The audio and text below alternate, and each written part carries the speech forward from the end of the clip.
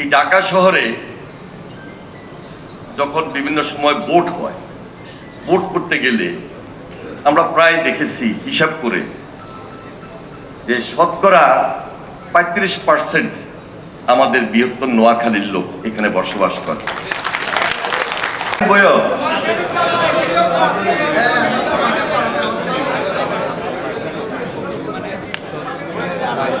বিসমিল্লাহির রহমানির রহিম। আমি নোয়াখালী সমিতিকে আন্তরিকভাবে মোবারকবাদ জানাই যে আমাদের 3 জেলার নেতৃবৃন্দকে বা 3 জেলার সবাইকে এখানে একত্রিত করেছে এবং নির্বাচিত প্রেসিডেন্ট, সেক্রেটারি সহ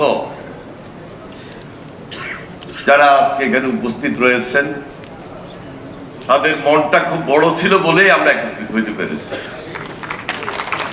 এবং দীর্ঘদিন পর এই যে আমরা বৃহত্তর নোয়াখালীর মানুষ ঢাকাতে যারা মেইনলি বসবাস করি তাদের জন্য এটা একটা সুযোগ এবং ভবিষ্যতে নোয়াখালী বিভাগ করার জন্য এটা একটা স্পিরিট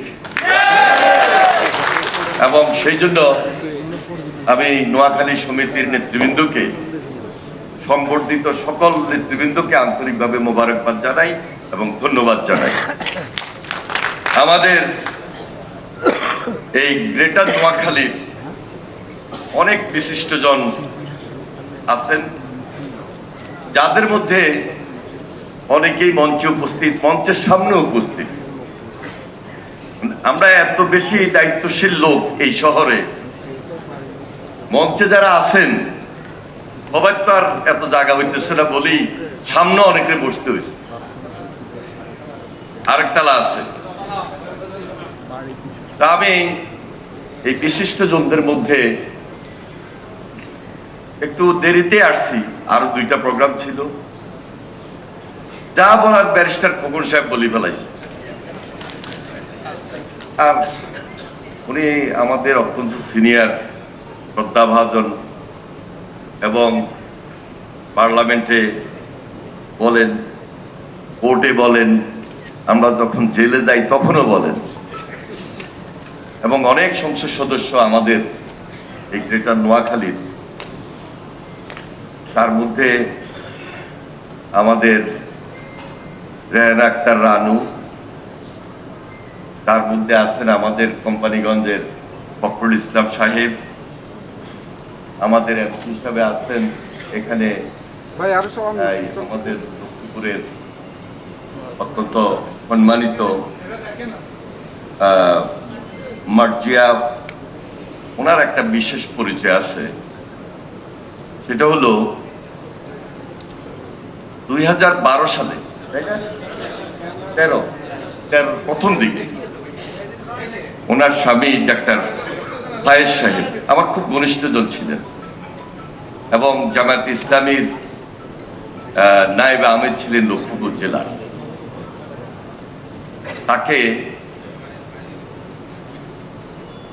খুব করুণভাবে, নির্মমভাবে ফ্যাসিস্টের বাহিনী অত্যাচার, নির্যাতন করে। আর ওনার বাসা হল 3 তলা ছাদের উপর থেকে ফেলে দিয়ে হত্যা করেছে। আজকে উনি এমপি হিসাবে আছেন। এর বাহিরে আমাদের অনেক বিশিষ্টজন, বিশিষ্ট ব্যবসায়ীরাও আছেন। আমাদের শ্রদ্ধেয় শিক্ষক প্রফেসর মাহমুদুল্লাহ স্যার আছেন এবং বিশিষ্ট ব্যবসায়ীবৃন্দ, ব্যাংকের চেয়ারম্যান, রাজনীতিবিদ, সচিব, আমাদের এই সমিতির কর্মকর্তাবৃন্দ এবং আমার সামনে উপস্থিত, আমি বলতে গেলে প্রায় এখানে 100, 150, 200 জনের নাম মুখস্থ বলে ফেলতে পারব এবং অনেকে আমার সঙ্গে 80-র দশক থেকে, যখন আমি ছাত্র রাজনীতি করি তখন থেকেই ধারাবাহিকভাবে আসছেন। এখন অনেকে অনেক পর্যায়ে সিনিয়র পজিশনে আছেন, বিশিষ্ট ব্যক্তিবর্গ, সুধীমণ্ডলী, আসসালামু আলাইকুম। এই ঢাকা শহরে যখন বিভিন্ন সময় ভোট হয়, ভোট করতে গেলে আমরা প্রায় দেখেছি হিসাব করে যে শতকরা 35% আমাদের বৃহত্তর নোয়াখালীর লোক এখানে বসবাস করে।